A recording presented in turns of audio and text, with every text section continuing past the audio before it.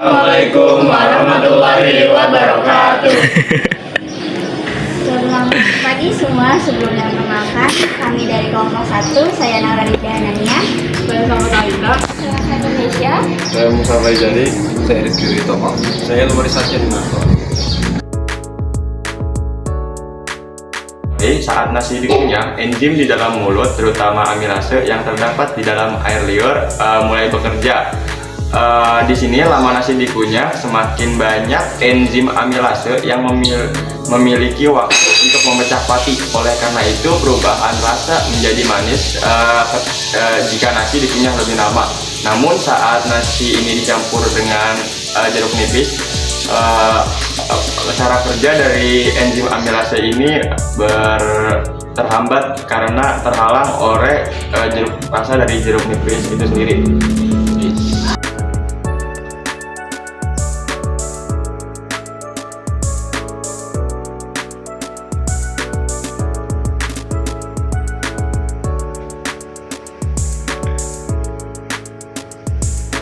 Pada kunyahan awal, saya merasakan nasi seperti pada umumnya rasanya hambar. Lalu pada kunyahan ke 10 sampai 15, nasi mulai hancur di mulut saya.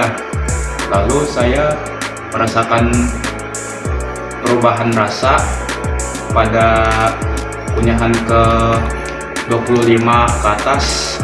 Nasi terasa menjadi sedikit lebih manis daripada kunyahan awal ya. Di sini saya mempunyai sesendok nasi yang telah diberi perasan jeruk nipis banyak 1 tetes. Nah, saya akan mencoba untuk melihat apakah ada perbedaan antara nasi yang diberi jeruk nipis dan yang tidak diberi jeruk nipis.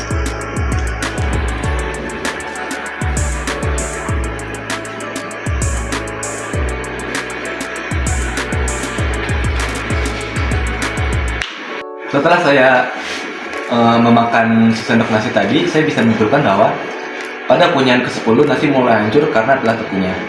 Kemudian saya pada kunyahan ke-20 sampai ke-30 belum merasakan manis dibandingkan dengan nasi yang tidak diberi perasan jeruk nipis tadi.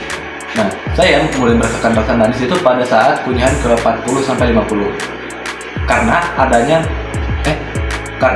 enzim amilase kerjanya terhambat karena adanya kehadiran asam dari jeruk nipis tersebut.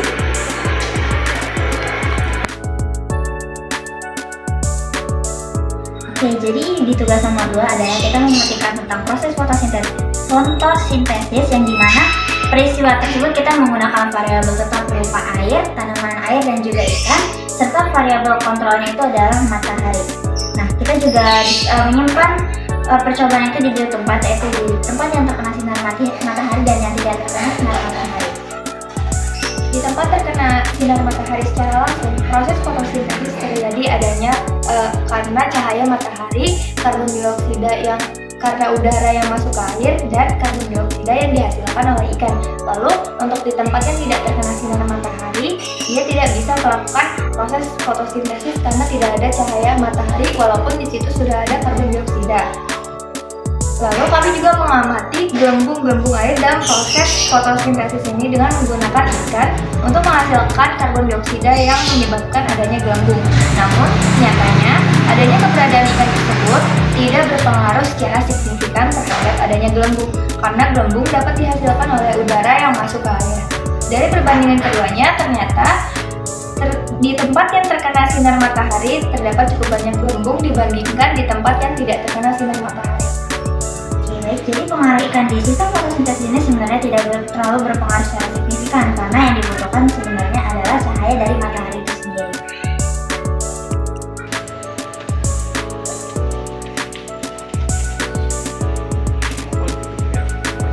Nah, itu lama-lama dia ke atas ya.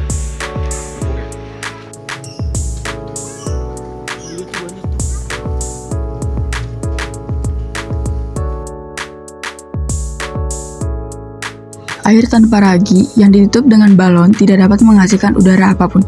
Namun, apabila air dan ragi dicampur ke dalam botol, maka dapat menghasilkan gas karbon dioksida.